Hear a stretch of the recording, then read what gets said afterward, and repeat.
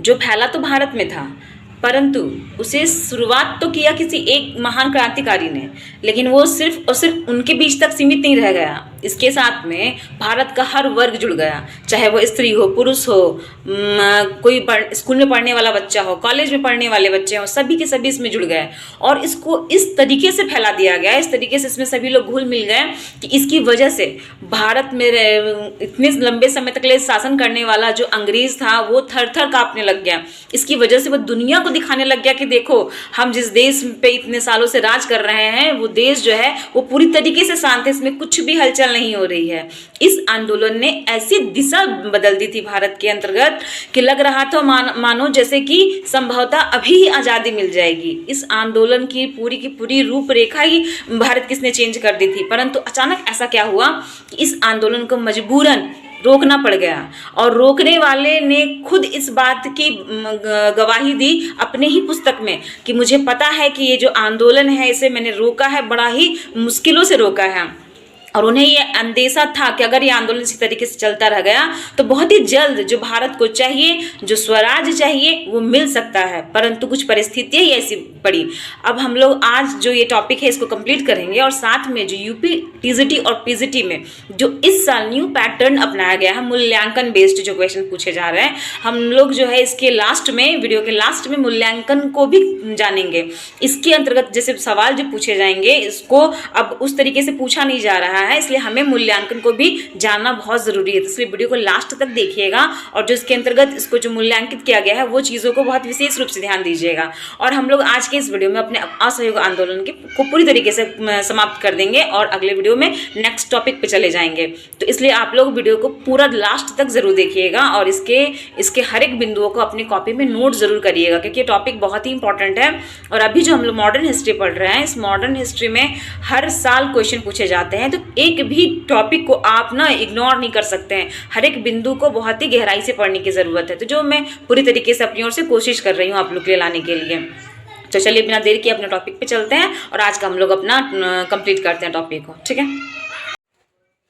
तो चलिए हम लोग आज स्टार्ट करते हैं अपने असहयोग आंदोलन के पार्ट 2 को। ये हमारा आधुनिक भारत का इतिहास चल रहा है, तो इसके अंतर्गत हम लोग इस टॉपिक को आज कवर करेंगे। तो हमारा जो आज का, हम लोग आगे बढ़ते हैं और हम लोग देखते हैं कि असहयोग आंदोलन जो था इसके शुरुआत तो किया था तिलक ने। हम लोगों ने इस बारे में पढ़ा भी था कि जो होम रूल लीग आंदोलन किया था तिलक ने, उसी समय में इन्होंने कह दिया था ये बात कि हमें ये स्वराज हमारा जन्मसिद्ध अधिकार है और इसे हम लेकर रहेंगे। तो ये जो स्वराज की बात है वो तिलक ने होम रूल आंदोलन के समय में ही कह दिया था और उन्होंने पूरे तरीके से निष्क्रिय विरोध की भी बात करी थी उन्होंने, और ये भी कहा था कि हमें विदेशी वस्तुओं का बहिष्कार करना है, हमें अब स्वशासन नहीं स्वराज चाहिए। ये बात की, इस बात के बारे में उन्होंने बहुत पहले कह दिया था। लेकिन दिक्कत क्या हो गई कि 1920 ईस्वी में तिलक की मृत्यु हो जाती है। इस स्वराज की बात कहने वाला व्यक्ति जो सबसे पहले इस विचार को रखता है उसकी मृत्यु हो जाती है। लेकिन और इसी वजह से ये आंदोलन स्थगित ना हो, गांधी जी ने इस असहयोग आंदोलन के लिए उन्हें फंड की जरूरत थी, इस वजह से उन्होंने 1921 ईस्वी में तिलक स्वराज फंड की स्थापना की और इसमें पूरे भारत में उन्होंने 20 लाख, कितने तो 20 लाख उन्होंने पर्चे बांटे। ऐसा उन्होंने कार्यक्रम को रखा और इस बात की सूचना ही, इस बात का निर्णय उन्होंने 1921 ईस्वी में, जिस समय 31 मार्च 1921 ईस्वी में जब विजयवाड़ा में कांग्रेस का अधिवेशन हुआ था, उसी समय इन्होंने इस बात का निर्णय कर लिया था कि हमें तिलक स्मारक की भी स्थापना करनी है और स्वराज कोष की भी, तिलक स्मारक की भी स्थापना करनी है और इसके लिए हमें स्वराज कोष चाहिए, क्योंकि हमें अपने इस असहयोग आंदोलन को आगे बढ़ाना है। इस वजह से हमें स्मारक के लिए भी और असहयोग आंदोलन दोनों के लिए हमें फंड की जरूरत है। इस फंड की पूर्ति हम लोग कहाँ करेंगे, कहाँ से लाएंगे? इस फंड की पूर्ति हम लोग पूरे भारत के माध्यम से इस चीज को इकट्ठा करेंगे और इसके लिए उन्होंने 20 लाख पर्चे भी बांटे ताकि लोग इस बात को लेकर के जागरूक हो सके। इसके बाद से जो है असहयोग आंदोलन का प्रसार किस प्रकार से होता है, तो गांधी जी ने 1 अगस्त 1920 ईस्वी को इसको शुरू कर दिया था। दुख की बात यह है कि गांधी जी ने इसे शुरू किया और तिलक की मृत्यु हो गई, परंतु आंदोलन की सफलता का जिन्होंने क्षेत्र निश्चित किया था, ये सबसे ज्यादा जहां सफल हुआ वो था पश्चिमी भारत, बंगाल और उत्तरी भारत। इन 3 क्षेत्रों में असहयोग आंदोलन जो था इसे अभूतपूर्व सफलता मिली। क्यों? क्योंकि ऐसा लिखा गया है कि इसमें 90,000 विद्यार्थियों ने इसमें 90,000 विद्यार्थियों ने सरकारी स्कूल कॉलेज भी यहाँ तक कि छोड़ दिए। सोचिए, वो स्टूडेंट जो पढ़ाई करते थे उन्होंने अपनी शिक्षा का भी बहिष्कार कर दिया और पूरी तरीके से स्कूल और कॉलेज दोनों को छोड़ दिया। 800 नए राष्ट्रीय स्कूलों की स्थापना की गई थी। इसके अंतर्गत जो है इनका कहना था कि हम किसी भी तरह का विदेशी स्कूल में अब शिक्षा नहीं होगी। जो अंग्रेज अपने हिसाब से शिक्षा दे रहे हैं वे सभी भारतीयों को तो शिक्षा दे नहीं रहे थे, वे केवल अपनी ज़रूरत के हिसाब से ही लोगों को शिक्षा दे रहे थे, क्योंकि उन्हें अपने लिए जितने भारतीयों को ज़रूरत थी केवल उन्हीं को वो शिक्षा देते थे। इसलिए इनका कहना था कि हम जो है वो विदेशी स्कूलों का बहिष्कार करते हैं, हमें विदेशी स्कूल नहीं चाहिए, हमें जो है अपने द्वारा स्थापित भारतीयों के लिए स्कूल चाहिए। उन्होंने कितने स्कूलों की स्थापना की? उन्होंने 800 नए स्कूलों की स्थापना की। और नेशनल कॉलेज कोलकाता के प्रधानाचार्य कौन बने? तो सुभाष चंद्र बोस बने। वहाँ पे नेशनल कॉलेज की स्थापना की गई कोलकाता में, और वहाँ के प्रधानाचार्य कौन बने? सुभाष चंद्र बोस बने। इसके साथ में इस आंदोलन में जो सबसे ज़्यादा बहिष्कार हुआ शिक्षा को लेकर के वो बंगाल में हुआ। इसी वजह से बंगाल में जो बहिष्कार हुआ, इसी वजह से वहाँ के कॉलेज के प्रधानाचार्य सुभाष चंद्र बोस स्वयं बने। इसके बाद से पंजाब में शिक्षा का बहिष्कार करने वाले कौन थे? लाला लाजपत राय थे। पंजाब से लाला लाजपत राय ने शिक्षा का पूर्ण रूप से बहिष्कार किया। शिक्षा का जो बहिष्कार है वो कहाँ सफल रहा? तो मद्रास में रहा, क्योंकि मद्रास जो है वो एकजुट नहीं हो पाया था। इस वजह से वहाँ पर ये बहिष्कार जो आंदोलन चल रहा था वो सफल नहीं हो पाया। कई वरिष्ठ वकील एवं बैरिस्टरों ने भी न्यायालय का बहिष्कार कर दिया। इससे जुड़ने वाले केवल स्कूल कॉलेज के विद्यार्थी गण ही नहीं थे, बल्कि कुछ वकील भी थे और बैरिस्टर भी थे। इन सभी ने मिलकर के शिक्षा का बहिष्कार किया पूरी तरीके से। इसके बाद से गांधी जी को उपाधि जो मिली थी केसरी हिंद की, जुलू युद्ध पदक उन्हें जो मिला था और जो बोर पदक मिला था इसको उन्होंने वापस कर दिया। और गांधी जी को देख करके भारत के जो अन्य नागरिक थे, सैकड़ों भारतीयों ने भी ब्रिटिश सरकार से मिलने वाले जितने भी पदक थे उसको वापस कर दिया। यानी इसमें जोड़ने वाले सिर्फ गांधी जी ने शुरुआत तो की, लेकिन इसके साथ साथ पूरा भारत एकजुट हो गया। और यही एकजुटता इतना व्यापक पड़ा कि अंग्रेजों पर यह भारी पड़ गया और उन्हें यह एहसास हो गया कि अब हमारा भारत जो है कहीं ना कहीं बहुत नज़दीक है कि हमसे छिन जाएगा। इस बात का उनके अंदर डर पैदा हो गया। और ये डर को उन्होंने किस प्रकार से दिखाया? तो वे पूरे दुनिया को दिखाने में लग गए कि नहीं, भारत में सब कुछ जो माहौल है वो शांत है, वो स्थिर है। ये कैसे उन्होंने किया वो हम लोग आगे जानेंगे। इसके बाद से उन्होंने देखिए भारतीयों ने क्या किया, उन्होंने शराब की और ताड़ी की दुकानों पर सरकार को जहाँ से राजस्व की बहुत ज़्यादा प्राप्ति होती थी उस जगह से उन्हें हानि हो, इसके लिए उन्होंने धरना देना शुरू कर दिया। जितनी भी शराब की दुकानें थी, जितनी भी ताड़ी की दुकानें थी, वहाँ पर भारतीयों ने धरना देना शुरू कर दिया। इस वजह से इस बहिष्कार में जो सबसे ज़्यादा जो क्षेत्र सफल रहा वो विदेशी कपड़ों का था। विदेशी कपड़ों की इन्होंने होली जलाई थी, क्योंकि इनका कहना था कि हमें जो है हमें अपने देश में विदेशी कपड़े यूज़ नहीं करने हैं, हमें जो है सिर्फ और सिर्फ भारतीय कपड़ों का ही इस्तेमाल करना है। आपको बता दूं कि सन 1921 ईस्वी में विजयवाड़ा में जो कांग्रेस का अधिवेशन हुआ था, जिस समय में ये आपका स्वराज कोष की स्थापना की बात की गई थी और जहां से असहयोग आंदोलन को शुरू करने का निर्णय भी लिया गया था और यहीं से स्थगित भी हुआ था। सबसे दुख की बात है जो विजयवाड़ा है, यहीं से ये निर्णय लिया गया था अंततः। ये इसके बारे में लोग आगे जानेंगे कि जो विजयवाड़ा है वहाँ 1921 ईस्वी में गांधी जी ने खादी के महत्व को वहाँ के लोगों के समझा रहे थे कि खादी जो है हमारे देश में निर्मित है, इसलिए इसका प्रयोग करिए। उन्होंने कहा था कि जितने भी भारतीय, अगर आप विदेशी कपड़ों का बहिष्कार कर रहे हैं तो आपको पहनने के लिए किसी न किसी रूप में तो वस्त्र चाहिए ना, तो वस्त्र के जगह पे आप लोग क्या इस्तेमाल करिए? खुद से बना हुआ, यानी भारत में निर्मित जो खादी वस्त्र है, जो भारत में निर्मित जितने भी खादी वस्त्र हैं उसका आप इस्तेमाल करिए। यह बात उन्होंने कही थी। तो उसी में से एक कार्यकर्ता ने खड़ा होकर के गांधी जी से कहा था कि गांधी जी, खादी तो बहुत महंगी है। इस पर गांधी ने लोगों को कम कपड़े पहनने की सलाह दी थी और कहा था कि जितनी जरूरत उतनी ही आप पहनिए, उससे ज्यादा मत पहनिए। और इसी को ध्यान में रखते उन्होंने अपने भी जीवन भर में, पूरे जीवन भर उन्होंने मात्र एक लंगोट पहना और इसी को उन्होंने पूरे जीवन भर फॉलो किया था। ये गांधी जी का डेडिकेशन दिखाता है कि वो अपने देश के प्रति कितने डेडिकेटेड थे। तो चलिए हम लोग आगे बढ़ते हैं। गांधी जी द्वारा कम मात्रा में खादी के कपड़ों का प्रयोग किया गया। और 17 नवंबर 1921 ईस्वी को प्रिंस ऑफ वेल्स जो थे, यहीं से देखिए एक घटना आती है कि 17 नवंबर 1921 में प्रिंस ऑफ वेल्स भारत आते हैं। और जब ये भारत में आगमन होता है तो ये क्यों आते हैं? ये भारत को दिखाने के लिए मात्र आते हैं कि सॉरी, ये पूरी दुनिया को दिखाने के लिए मात्र आते हैं कि देखो भारत जो है वहाँ की स्थिति बिल्कुल सामान्य है, वहाँ कोई विरोध नहीं हो रहा है। जबकि पूरी दुनिया को इस बात के बारे में पता चल चुका था, क्योंकि सभी जो व्यक्ति थे एक भारत पूरी दुनिया के जिस जिस कोने में रह रहे थे वहाँ से रहते हुए वे अंग्रेजों के विरुद्ध अपनी कार्रवाइयों में लगे हुए थे। सभी लोग मिल करके, दूर दूर में रहने वाले लोगों ने भी बहिष्कार करना शुरुआत कर दिया था। वहीं से समाचार पत्रों का प्रकाशन करना स्टार्ट कर दिया था, पर्चे बांटने स्टार्ट कर दिए थे, लोगों को जागरूक करना शुरू कर दिया था। इस वजह से पूरी दुनिया इस बात को जान चुकी थी। इससे पहले भी हम लोगों ने देखा था कि खिलाफत आंदोलन हो गए, इसके अलावा जो थे आपका जो जलियांवाला बाग कांड हुआ, रॉलेट एक्ट हुआ, इन सभी से आक्रोश जो था, जो पूरे भारत में फैल रहा था, इस बात की जानकारी धीरे धीरे पूरी दुनिया में फैलने लग गई थी। अब अंग्रेजों को इस बात की बड़ी चिंता हो रही थी कि जो प्रिंस, इसी बात को ढकने के लिए कि हमें पूरी दुनिया को दिखाने के लिए भारत पूरी तरीके से सामान्य स्थिति में, यहाँ कोई विरोध नहीं हो रहा है, उन्होंने एक यात्रा की, प्रिंस ऑफ वेल्स को भारत भेजा। लेकिन प्रिंस ऑफ वेल्स भारत तो आए, लेकिन इसका विरोध भारी मात्रा में हुआ। प्रिंस ऑफ वेल्स को लेकर के क्या किया गया आपको पता है इसके बारे में? मुंबई में पहुंचने पर जब वो मुंबई पहुंचे तो वहां की सड़कें पूरी तरीके से वीरान थी। पूरे भारत में हड़ताल का आयोजन किया गया था।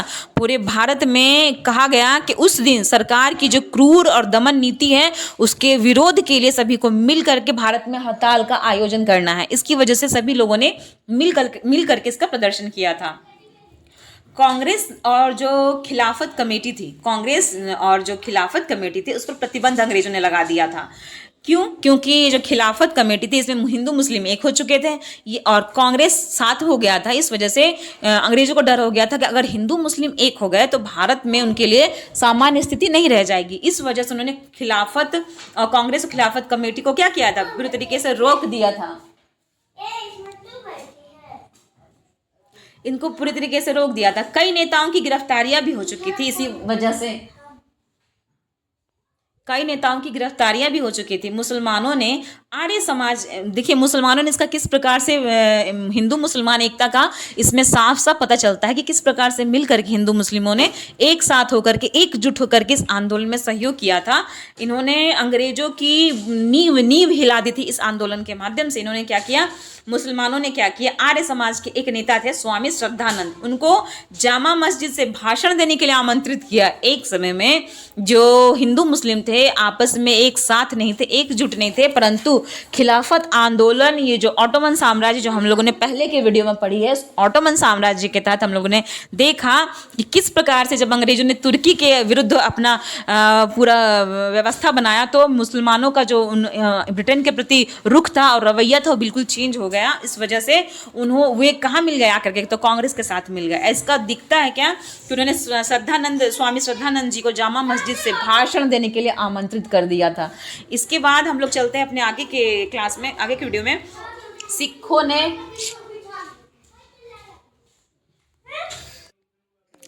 तो इस तरीके से हिंदू मुसलमानों ने मिलकर के, मुसलमानों ने जब स्वामी श्रद्धानंद को अपने मस्जिद, जामा मस्जिद पे भाषण के लिए आमंत्रित किया तो एक जो हिंदू थे, हिंदुओं ने भी इस बात का दिखाते हुए कि हम जो है हम भी मुसलमानों के साथ मिले हैं। सिखों ने क्या किया? सिखों ने अमृतसर के स्वर्ण मंदिर की चाबी किसे दे दी? तो मुस्लिम नेता जो थे वो डॉक्टर किचलू को सौंप दिया। इन्होंने कहा कि जो अमृतसर का जो स्वर्ण मंदिर है उसकी चाबी इन्होंने मुसलमानों को थमा दी कि हमें देखिए हम कैसे, किस प्रकार से हिंदू मुस्लिम जो है एक दूसरे पे विश्वास करते हैं, एक दूसरे के साथ हैं इस आंदोलन में। गांधी जी को इसी वजह से सरकार को गांधी जी ने भी धमकी दी। फरवरी 1922 में गांधी जी ने जब सरकार से ये बात कही कि अगर आपने हमें एक हफ्ते के अंदर सरकार आपकी जो उत्पीड़नकारी नीतियां हैं आपने उसे वापस नहीं ली तो हम सभी भारतीय मिल करके सविनय अवज्ञा आंदोलन शुरू करेंगे। ये बात गांधी जी ने कही। उन्होंने सविनय अवज्ञा आंदोलन शुरू करने की गांधी जी को धमकी दे दी थी, सरकार को धमकी दे दी थी गांधी जी ने। और ये समय देते हुए कि आपको एक हफ्ते के अंदर, उन्होंने एक हफ्ते का समय दे रखा था, दिया कि अगर आपने एक हफ्ते के अंदर पूरी तरीके से ये जो उत्पीड़नकारी आपकी जो नीतियां आपको वो वापस लेनी है, अगर आपने ऐसा नहीं किया तो हम सविनय अवज्ञा आंदोलन शुरू करेंगे और ये पूरे भारत में एक साथ मिलकर होगी। अगर आप जो है वो इस असहयोग आंदोलन को आप सह नहीं पा रहे हैं, तो सोचिए जब पूरा भारत मिलकर सविनय अवज्ञा आंदोलन करेगा तो आपकी स्थिति क्या होगी। इस प्रकार से गांधी जी ने कहा। इसका परिणाम क्या होता है? इसका परिणाम ये होता है कि इसका ये परिणाम होता है कि जो आंदोलन था उसमें हिंसा धीरे धीरे लेकिन बढ़ने लग जाती है। क्यों? क्योंकि जब पूरी जनता एक साथ हो जाती है, तो गांधी जी तो अहिंसा के पुजारी थे, लेकिन पूरा भारत अहिंसा का पुजारी नहीं था। उसमें कई सारे ऐसे लोग थे जो हिंसा को बहुत ही ज़्यादा महत्व देने लग गए थे, क्योंकि वो अंग्रेजों की उत्पीड़नकारी नीतियों से ना बहुत ज़्यादा थक चुके थे, मतलब प्रताड़ित हो चुके थे। इस वजह से धीरे धीरे क्या हो गया, ये हिंसा बढ़ने लग गई। और गांधी जी को ये हिंसा जब गांधी जी ने देखा तो उन्हें चिंता होना स्टार्ट हो गया। और सबसे अहम बात है कि इसमें अली बंधुओं ने, जो मुस्लिम समुदाय के जो नेता थे अली बंधु, उन्होंने भड़काने वाला भाषण देना शुरू कर दिया, जिससे हिंसा और भड़क गई। अगस्त 1921 ईस्वी में मालाबार में मोपला, इस आंदोलन की वजह से हिंसा जो था जब बढ़ने लगा, तो इसका एक प्रमाण देखने को मिलता 1921 ईस्वी में मालाबार में जो मोपला में हिंसा हुआ था। इसके बारे में आगे हम लोग जानेंगे कि मालाबार में हुआ क्या था। और ऐसी घटना हो गई थी 1922 इसमें चोरा चोरी हत्याकांड। इसमें चोरा चोरी हत्याकांड जो हुआ था 4 फरवरी 1922 ईस्वी को हुई थी। इसमें हुआ क्या था, इसमें पुलिस के 22 जवानों को थाने के अंदर जिंदा जला दिया गया था। ये जो जलियांवाला बाग हत्याकांड हुआ था, इसके विरोध में जनता इतनी ज़्यादा आक्रोशित थी कि इसका जवाब देने के लिए उन्होंने क्या किया था, 22 जवानों को थाने के अंदर जिंदा जला दिया था इन लोगों ने। इस बात से, इस घटना ने गांधी जी पे इतना असर डाला कि उन्होंने असहयोग आंदोलन को समाप्त कर दिया। और ये उनकी बहुत ही बड़ी भूल उनसे हुई, क्योंकि इस भूल को उन्होंने स्वयं स्वीकारा है, पर उस समय वो कुछ नहीं कर सकते थे, क्योंकि वे देख रहे थे कि अगर ये असहयोग आंदोलन नहीं रुका तो भारत जो है जिस स्थिति में जाना चाहता है कहीं उससे और पीछे ना चला जाए। इस वजह से उन्होंने असहयोग आंदोलन को रोक दिया था। लेकिन 12 फरवरी 1922 को बारदोली में हुआ कांग्रेस की जो बैठक हुई थी, उसमें असहयोग आंदोलन समाप्ति का पूरी तरीके से निर्णय लिया गया और असहयोग आंदोलन को क्या हुआ, समाप्त भी कर दिया गया। वहां निर्णय भी हुआ और उसे पूरी तरीके से समाप्त भी कर दिया गया। इससे पूरा देश जो है वो आघात हो गया। क्यों? क्योंकि पूरा देश एक साथ मिल करके आज़ादी की एकदम चरम सीमा पर पहुंच चुका था, और तब जा करके इस आंदोलन को स्थगित कर दिया गया। कहते हैं ना कि तैयार खाना आपके मुंह तक पहुंच गया है, परंतु आप उसे खा ना पाएं, तो सोचिए उस समय क्या मनोदशा होगी। वही मनोदशा भारत के हर एक उस जवान में, हर एक उस बच्चे में, स्त्री में, पुरुषों में, हर एक व्यक्तियों में फैली हुई थी कि अब तो उन्हें ये विश्वास हो चुका था कि भारत जो है अब आज़ादी, अब स्वराज के पास है बिल्कुल। लेकिन उसी समय यह आंदोलन अचानक से स्थगित हो गया, क्योंकि इसमें कोई एक क्षेत्र नहीं जुड़ा था, पूरी तरीके से पूरा का पूरा भारत जुड़ गया था और पूरे भारत ने मिल करके इसके लिए पूरी तरीके से कार्य करना शुरू कर दिया था। और इस घटना को लेकर के मोतीलाल नेहरू, सुभाष चंद्र बोस, जवाहरलाल नेहरू, सी राजगोपालाचारी, CR दास, अली बंधु, इन सभी ने गांधी के इस निर्णय की बड़ी आलोचना की। इन सभी ने कहा कि गांधी जी का ये जो निर्णय है वो कहीं तक सही नहीं है, पूरी तरीके से ये गलत निर्णय है। असहयोग आंदोलन समाप्त करने के संबंध में गांधी जी ने अपने यंग इंडिया में लिखा है। इसका जिक्र उन्होंने कहाँ किया है? अपने यंग इंडिया में उन्होंने किया। उन्होंने कहा है कि अगर ये जो आंदोलन है, आंदोलन का हिंसक होने से बचाने के लिए मैं हर एक अपमान, हर एक यंत्रणापूर्ण बहिष्कार, यहाँ तक कि मौत भी सहने को तैयार हूँ। गांधी जी ने इस बात को स्वीकार किया कि मुझे पता है कि अगर ये आंदोलन समाप्त होती है तो मुझे बहुत तरीके से अपमान झेलना पड़ेगा, मुझे अपने देश के जरिए बहिष्कार का भी सामना करना पड़ेगा, हो सकता है कि कुछ लोग आकर मेरी मृत्यु का कारण भी बन जाए। पर उन्होंने कहा कि मैं सब कुछ झेलने के लिए तैयार हूँ, परंतु मैं किसी भी तरीके से इस आंदोलन को आगे चालू नहीं रख सकता हूँ। इस वजह से जब ऐसी स्थिति हो गई तो पूरे भारत की नज़र से कहीं ना कहीं गांधी जी का एक जो छवि बना हुआ था वो खराब होना स्टार्ट हो गया। इसकी वजह से गांधी जी की स्थिति कैसी हो गई, तो कमज़ोर पड़ गई। और इसी कमजोरी का अंग्रेजों ने फायदा उठा लिया। उन्हें पता चल गया कि गांधी जी अब जो है पूरे भारतीय सहयोग नहीं करेंगे। इस वजह से गांधी जी को उन्होंने 10 मार्च 1922 ईस्वी को उन्होंने गिरफ्तार कर लिया गांधी जी को। और जब गांधी जी की गिरफ्तारी, इसका फायदा अंग्रेजों ने भरपूर उठाया। उन्होंने न्यायाधीश ब्रूमफील्ड ने क्या किया, ये गांधी जी पर आरोप लगाया कि आप जो है वो असंतोष भड़का रहे हैं। क्या भड़का रहे हैं? तो आप पूरी तरीके से देश के अंतर्गत असंतोष भड़का रहे हैं। इस अपराध में गांधी जी को 6 वर्ष के लिए कैद की सजा सुना दी गई। गांधी जी को 6 साल की कैद हो गई। इस तरीके से असहयोग आंदोलन जो था वो शुरू तो हुआ बहुत ही अच्छे स्तर पर, परंतु उसकी समाप्ति जो हुई वो गांधी जी की सजा के साथ समाप्त हुई। अगर हम इसका मूल्यांकन करें तो इसका मूल्यांकन के रूप में हम पाएंगे कि असहयोग आंदोलन के आकस्मिक रुकने से खिलाफत का जो मुद्दा उठा था वो भी खत्म हो गया। खिलाफत के समय में जो मुस्लिम थे वे अंग्रेजों से बहुत ही भड़के हुए थे, उनके बहुत ही विरुद्ध थे, और मुसलमान ये दिमाग में रख चुके थे कि अब हमें भी जो है ना वो कांग्रेस की बातें मान करके उनके साथ शामिल होना चाहिए। खिलाफत कमेटी का जो मुद्दा उठा था उस समय में वो भी ठंडा पड़ गया, वो भी एक ठंडे बस्ते में चला गया। वो जो खलीफा को लेकर गर्म थे वे जो इस वजह से उन्होंने खिलाफत कमेटी बनाई थी, उन्होंने गांधी जी का साथ दिया थे, सारी की सारी चीज़ें उनके साथ जो सीवर्स की उन्होंने संधि देखी थी, ये सब चीज़ें उनके अंदर जो थी, जो भड़की हुई थी, जिस आक्रोश के साथ वो लड़ रहे थे, वो सारा का सारा आक्रोश क्या होगा, क्षण भर में धरा का धरा रह गया। और हिंदू मुस्लिम एकता भी यहीं जाकर के समाप्त हो गई। क्यों?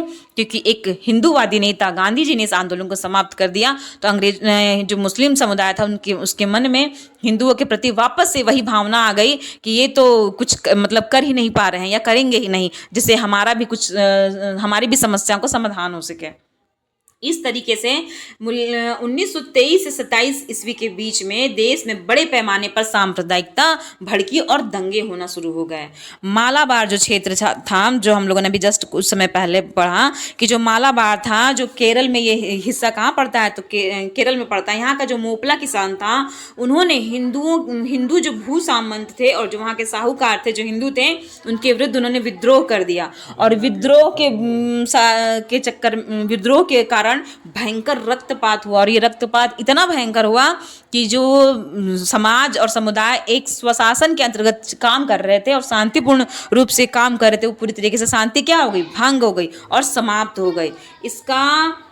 इस असहयोग आंदोलन की अगर हम बात करें तो इसके आने से विशेष लाभ तो नहीं हो पाया, क्योंकि जो सबका अंतिम लक्ष्य था वो अंतिम लक्ष्य तो प्राप्त नहीं हो पाया, परंतु इसके आकस्मिक रुकने से जो भविष्य में मिलने वाली उपलब्धियां थी उसके प्रति हानि जरूर हो गई। क्योंकि सबको ये उम्मीद हो चुका था कि भारत अब स्वतंत्र हो जाएगा, परंतु वो स्वतंत्रता क्या हुई, उन्हें मिलते मिलते ही रुक गई, उन्हें उस स्वतंत्रता की प्राप्ति नहीं हुई। तो अब हम लोगों ने आज का ये असहयोग आंदोलन जो है वो कंप्लीट कर लिया है।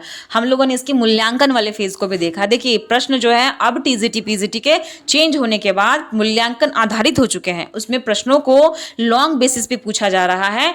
जो एक शॉर्ट फॉर्म में प्रश्न होते थे वो नहीं रह गया, और ना ही कोई पीवाईक्यू रह गया। पीवाईक्यू तो है बट उसका आधार चेंज कर दिया गया है। तो अब जो है हम लोग इस तरीके से अपने क्लास को पढ़ेंगे कि हमारा जो मूल्यांकन वाला आधार है वो हम लोग जोड़ने का प्रयास करेंगे, जिससे क्या होगा कि हम अपने चीज़ों को कनेक्ट कर पाए। वो एक सदी की घटना को दूसरे सदी की घटना से कनेक्ट करते जा रहे हैं, कुछ इस तरीके से वो कर रहे हैं। तो इस चीज़ को हम समझेंगे, ठीक है। अब हम लोग अपने क्लास में इसी तरीके से करेंगे। तो हम लोग अपने आगे के वीडियो में नेक्स्ट अपने पॉइंट्स को लेकर के आएंगे और नेक्स्ट चीज़ों को जानेंगे। तब तक के लिए आराम से रहिए, पढ़ते रहिए और अपनी तैयारी को मजबूत करिए। सारे के सारे नोट्स को अच्छे तरीके से बनाइए, अपनी कॉपी पर लिखिए, क्योंकि खुद से बनाया हुआ नोट्स जो होता है वो बहुत स्ट्रांग होता है और अच्छा होता है। तो मिलते हैं अपने अगले वीडियो में, तब तक अपनी पढ़ाई जारी रखिए।